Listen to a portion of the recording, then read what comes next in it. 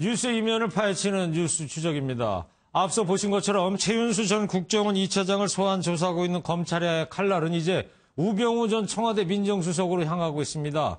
두 사람은 이미 구속 기소된 추명호 전 국장의 공범으로 적시됐는데요. 그동안 개인 비리와 국정농단 관련 혐의에서 수사망을 번번이 빠져나온 우 전 수석에 대한 세 번째 구속영장 청구 가능성이 제기되고 있습니다. 사회부 법조팀의 이도성 기자 나와 있습니다.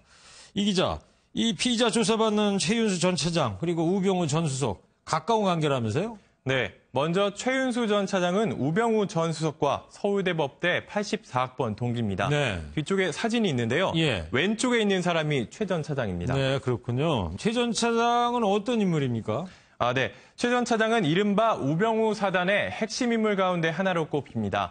서울중앙지검 특수 2부와 3차장을 등을 거쳐 지난 2015년 말 검찰의 꽃이라고 불리는 검사장으로 승진했습니다. 2년 전이네요, 꼭. 그리고 한 달 만에 국내 정보와 보안 정보를 총괄하는 국정원 2차장으로 자리를 옮겼는데요.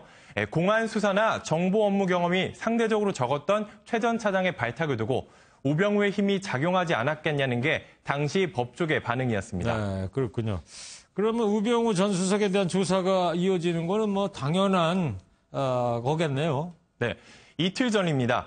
검찰이 재판을 마치고 나온 우병우 전 수석에게 다가가 휴대전화와 차량에 대해 기습적으로 압수수색을 했습니다. 그래요. 그 장면이 뉴스 화면을 통해서 나왔었는데 우병우 전 수석이 상당히 놀라는 그런 장면이 있었고. 근데 휴대전화는 그렇다 치더라도 차량까지 압수수색을 해서 상당히 이례적이었었지 않습니까? 네. 네. 우 전 수석이 검찰 수사와 관련해 어떤 사람을 만났는지 그리고 또 통화를 했는지 그리고 어떤 식으로 대비하고 있는지 파악하기 위한 것으로 풀이되는데요. 최 전 차장을 소환하기 전에 관련 작보를 확보해서 우 전 수석을 부르기 위한 준비 단계에 들어간 것이라고 볼 수 있습니다. 네. 그동안 처가 부동산 매매 의혹과 국정농단 관련 혐의로 조사를 받았던 우 전 수석이 조만간 검찰 포토라인에 다시 설 것이라는 관측이 나오는 이유입니다. 네, 우 전 수석이 이미 두 차례나 영장이 청구됐었는데 그러면 이번에 세 번째도 영장이 청구될 가능성이 있다고 보십니까? 네, 충분히 그럴 가능성도 있습니다. 네. 우 전 수석은 그동안 박근혜 전 대통령이나 최순실 씨 등 다른 국정농단 관계자들과 달리 구속을 피해왔습니다. 네. 그래서 그동안 법꾸라지라는 별명도 얻게 됐는데요. 국정원 비선 보고와 관련한 새로운 혐의가 확인되면 세 번째 구속영장이 청구될 것으로 보입니다. 만약에 세 번째 청구가 됐는데 또 기각이 되면 어떻게 되는 겁니까? 검찰 입장에서는 거기까지는 생각하고 싶지 않을 텐데요. 네. 만약 기각이 된다면 수사에 큰 타격을 받을 수 있기 때문에 검찰은 아직 대외적으로는 신중한 모습을 보이고 있습니다. 네, 그렇군요. 이번엔 박근혜 전 대통령 얘기를 해봐야 되겠습니다.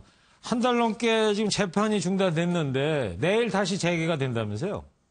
네, 지난달 16일이죠. 박근혜 전 대통령이 재판에 나와서 처음으로 입을 뗐습니다. 네. 정치 보복이라고 주장을 했는데요. 변호인단이 총사퇴까지 하면서 재판이 열리지 못하다가 42일 만에 재판이 재개되는 겁니다. 42일 만이군요. 네. 네, 새로 선임된 국선 변호인 5명의 접견도 전부 거부하고 있어서 박 전 대통령이 내일 재판의 모습을 드러낼지는 미지수입니다. 불출석 가능성도 있습니까? 네, 충분히 그럴 수도 있습니다. 허리 통증을 호소하면서 통원 치료를 받았는데요. 네. 박 전 대통령이 이런 건강상을 이유로 불출석할 가능성이 큽니다. 네. 네, 그렇기 때문에 피고인 없이 진행되는 궐석 재판이 열릴 수도 있습니다. 네, 하지만 이런 경우는 상당히 이례적입니다. 네. 그래서 재판부로서는 부담스럽기 때문에 몇 차례는 박 전 대통령의 출석을 기다릴 여지까지 있습니다. 박 전 대통령 그렇고 최순실 재판은 어떻게 돼가고 있습니까?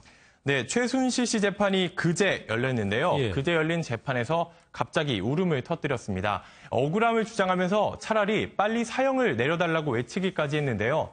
여기에 어제였죠. 그래요. 딸인 정유라 씨의 피습 사건까지 벌어진 겁니다. 최 씨의 심리 상태가 더 불안해질 것으로 보이는 가운데 다음 달 14일 결심 공판이 예정돼 있습니다. 선고까지는 보통 2, 3주 걸리기 때문에 네. 내년 1월 초쯤에야 1심 선고가 내려질 것으로 보입니다. 내년 1월 초에 1심 선고가 내릴 것 같다. 네. 박 전 대통령 다시 재판을 받고 우병우 전 수석은 검찰 소환이 임박했고요.